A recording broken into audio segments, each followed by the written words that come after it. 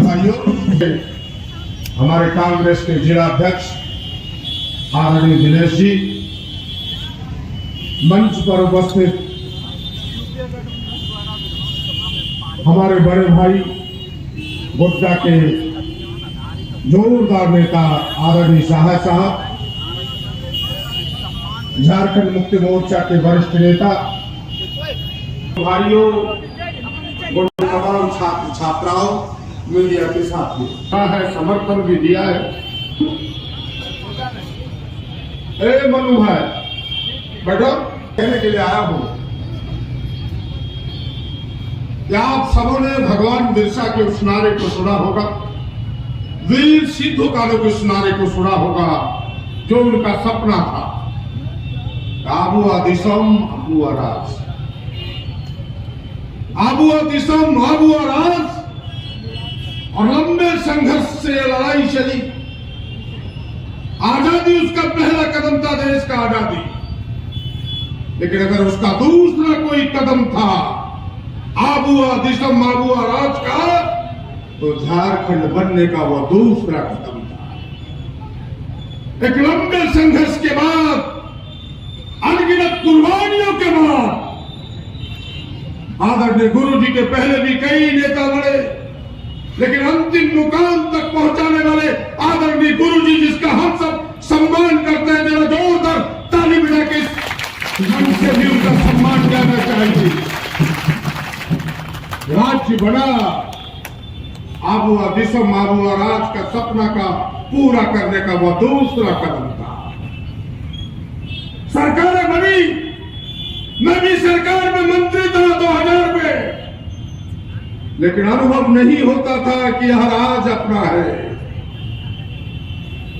क्योंकि घोड़े के लगाम दिल्ली के हाथ में था, भारतीय जनता पार्टी के हाथ में था। झारखंड को उन्हें कोई दर्द नहीं था। हम अपने जोर से, अपनी ताकत से भले गोड्डा के लिए कुछ काम कर दिए, झारखंडियों के लिए जो होना था वो कोई नहीं कर पाया, क्योंकि वह जो सरकार थी उन्हें झारखंडियों का दर्द नहीं था, खदियानी का दर्द नहीं था, नौजवानों का दर्द नहीं था। यह दर्द का अनुभव तो तब हुआ जब हेमंत जी के नेतृत्व में गठबंधन की सरकार बनी। और ये केवल भाषणों से नहीं, उनके कामों से झलकता है, उनके निर्णयों से झलकता है। एक निर्णय कोरोना काल को आप जरा गौर करें, लॉकडाउन लगा दिया मोदी जी ने, बिना कहे सुने, बिना चेतावनी दिए। झारखंड के मजदूर मुंबई में तड़पने लगा, चिल्लाने लगा, मद्रास में चिल्लाने लगा, कलकत्ता कानपुर में चिल्लाने लगा, बचाओ बचाओ बचाओ। कोई सुनने वाला नहीं था। पूरे देश के मजदूर तड़पने लगा। वो कहानी आज भी सुनता हूं, रोंगटे खड़े हो जाते हैं याद करके कि एक कानपुर से एक महिला बिहार की चलती है, 8 वर्ष के बच्चे को लेकर के, गर्भवती है। मां अपने 8 वर्ष के बच्चे से कहती है कि बेटा, मैं दूसरे बेटे को जन्म देने वाला हूं, मैं झाड़ी के ओट पे जा रहा हूं। यह दर्द था उस मां का, उस मजदूर का। किसी ने नहीं सुना। अगर किसी ने सुना, झारखंडियों को, मजदूरों के दर्द को, इस गठबंधन की सरकार आदरणीय हेमंत जी ने सुना। यह निर्णय पहला था, हम मजदूरों को घर तक पहुंचाएंगे, केवल बस और ट्रेन से नहीं, जरूरत पड़ी तो उसे हवाई जहाज से घर पर पहुंचाएंगे। मेरे भाइयों, ये निर्णय बताता है कि झारखंड का दर्द किसी के दिल में है, इस गठबंधन के सरकार के मुखिया के दिल में है। ये पहला निर्णय था, पहली झलक थी। दूसरा निर्णय अभी विस्तार से बताया है भाई राजेश जी ने, बूढ़े बूढ़ियों को पेंशन। हमारे आगे हाथ पसारता था बूढ़ा बूढ़ी झारखंड का कि बेटा जाबो तो कहां जाबो, बेटा तो धकेली नहीं जो घरम, तू तो भगा सहारा नहीं था, उस बुढ़ापे की लाठी को इसके हाथ में देने वाला नहीं था। इस कांग्रेस चेयरमैन की गठबंधन की सरकार, वामपंथियों की गठबंधन की सरकार, आरजेडी की गठबंधन की सरकार, जिसके मुख्य आदरणीय हेमंत जी है, पूरे देश का ये पहला राज्य बना जो कहा कि 60 वर्ष से ऊपर कोई भी हो सबको पेंशन मिलेगा। ये क्या कर रहे हैं? ये तो यही एहसास कराता है उन गरीबों के बारे में जिनके खून में दर्द दौड़ता है, वही इस निर्णय को ले सकता है। कोई मजाक नहीं है। 10 लाख लोगों को इसका लाभ मिल रहा है। और एक नहीं अनेकों ऐसा निर्णय है जिन निर्णयों को कहूंगा तो लंबे समय लगेंगे। पुलिस की बहालियां होती थी, 100 में से 90 लोग बाहर के आते थे पुलिस की बहाली में, क्योंकि पहले कहता था कि पहले परीक्षा होगा तब दौड़ होगा। देश के किसी कोने में यह बात नहीं है। ये बिहार के लोग, बाहर के लोग इस प्रकार से एक नीति बना दिए थे। हम सब लड़ते थे इस नीति के विरोध में।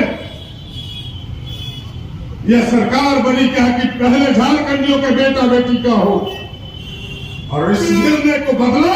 केवल मैं उदाहरण पेश कर रहा हूं आपके सामने। कहा पहले दौड़ होगा, औकात है तो झारखंडियों से दौड़ में पहले अथवा। इस पथरीली जमीन पर किसी का औकात नहीं है।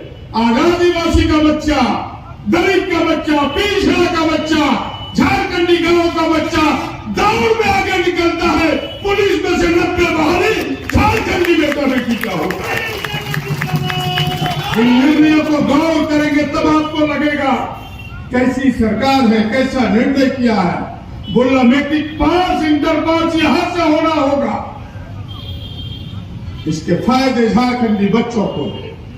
एक निर्णय, कृषि ऋण माफी, किसानों को लाभ देने के लिए, हम किसानों को लाभ देने के लिए कृषि ऋण माफी करते हैं 2000 करोड़ का।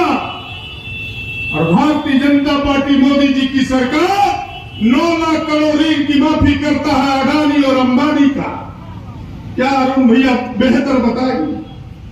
9 लाख करोड़ रुपया माफी कर दिया अडानी और अंबानी का। 2014 से आज तक के किसानों के ऋण माफी नहीं किया। आज आपने सुना होगा कि हेमंत जी की सरकार, कांग्रेस जयमत गठबंधन की सरकार ने 100 यूनिट बिजली देने का फैसला किया है। कैबिनेट से निर्णय ले लिया, उस पर मुहर लगा दी है कि गरीबों बिजली जलाओ। 100 यूनिट से कोई गरीब महीने में बिजली नहीं जलाता, आपको फ्री बिजली मिलेगा। हम गरीबों के बिजली का बिल का माफी करते हैं। और भारतीय जनता पार्टी के लोग स्पेशल इकोनॉमिक जोन अडानी के लिए बनाता है। आपके गोड्डा के अडानी का इससे स्पेशल इकोनॉमिक जोन घोषित हो गया।